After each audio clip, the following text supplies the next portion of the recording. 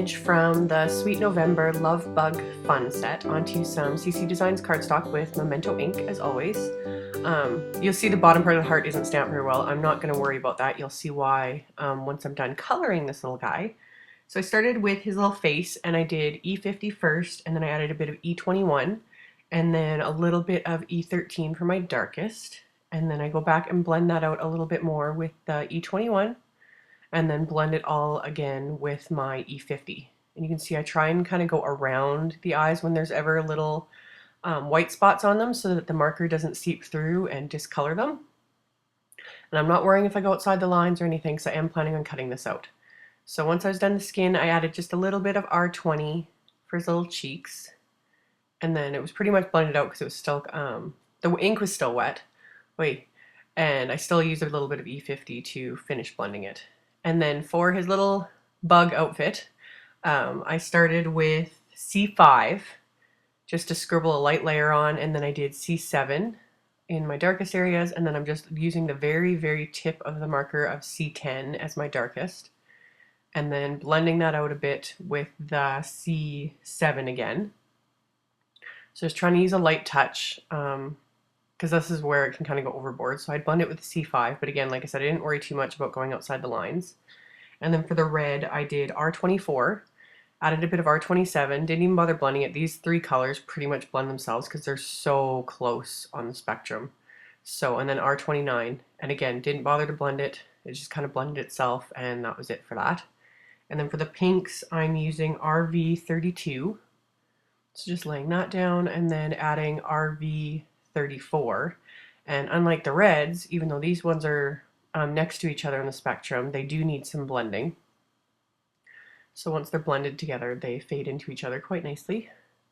So got those blended, and that was it. And then I just used my E50 again to kind of push out that little bit of gray that went over onto the skin. So with a little bit of finicky cutting, I cut out the little bug, and I just cut around the heart, left that. You'll see why in a bit. I had re-stamped the image onto a piece of pattern paper. This is all from the Echo Park Yours Truly pack. And then I had stamped and cut out just the heart onto another piece of pattern paper. And I wanted to give it a little bit of definition so it wasn't just plain. So I took my RV34 marker again and just went around the lines and around the bottom part of where the little bug's legs were going to be. And then I blended that out with the RV32 because I want to soften it quite a bit. And then finally I went and took my RV10 marker, which is like a super pale pink because I didn't want it to completely cover the pattern of the cardstock, obviously, and really blended that out even more. And once the marker actually dries on the paper, it'll look a lot nicer. So I grabbed the little Love Bug sentiment is in the same little stamp set. So I grabbed my VersaFine black ink and my stamp positioner just to get that lined up because I wanted to stamp it right on top of the pattern paper heart. So I got that lined up how I wanted, used my stamp positioner. I like using the VersaFine on top of pattern paper because it's so black that it really shows up. And then this was kind of an afterthought. I don't do this very often, but this actually works really, really well. I didn't have to use a warm gray. I could have used the same cool gray markers I was using, but I just went around all the edges of the image on the white cardstock here so that if any little parts peek out from the pattern paper, like if I cut it too fine, you won't have that stark white showing through that makes it noticeable. So just a little tip about that when you're doing paper piecing. The layers underneath that are going to be covered by the pattern paper, if you cover it with like a gray tone, it just keeps the color from popping out and just makes it fade, you know, into the background more. So that was that. And then of course I went around the stamped image on the pattern paper with my W3 marker, and then I blend it with W1 and then W00 again, just to make it kind of stand out a bit from the pattern paper and to kind of ground it a bit. Nothing new here.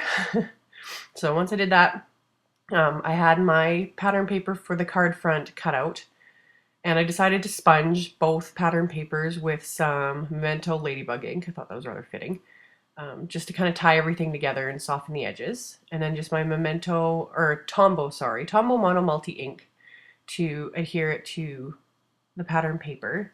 And for that little tiny heart, it's just easier to put the adhesive right on the paper and then press the little heart down. And then did the same thing with the pattern paper heart, Just a really thin amount of glue, not very much. A little bit of fiddling to get the heart in place, just like so. So then that is done.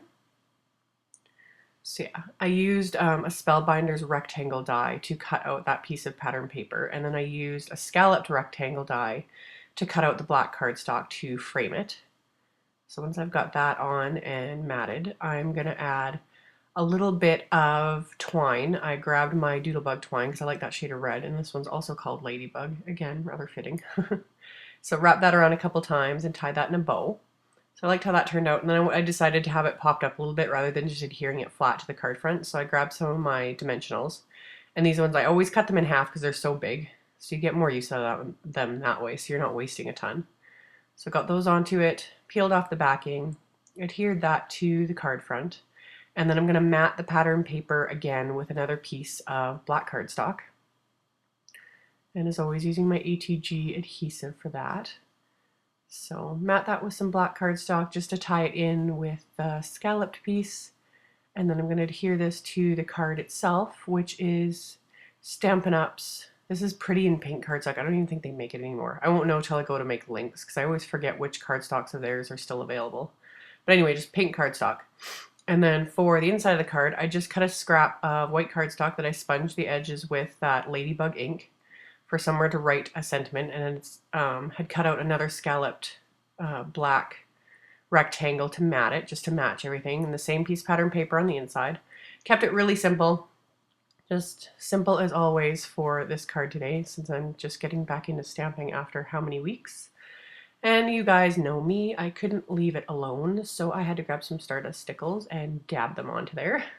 So if you used a little dabbing motion and go really light, it dries way faster than just putting globs on. So that's it. There'll be links below. Thank you guys so much for watching, and I'll see you all next time. Bye!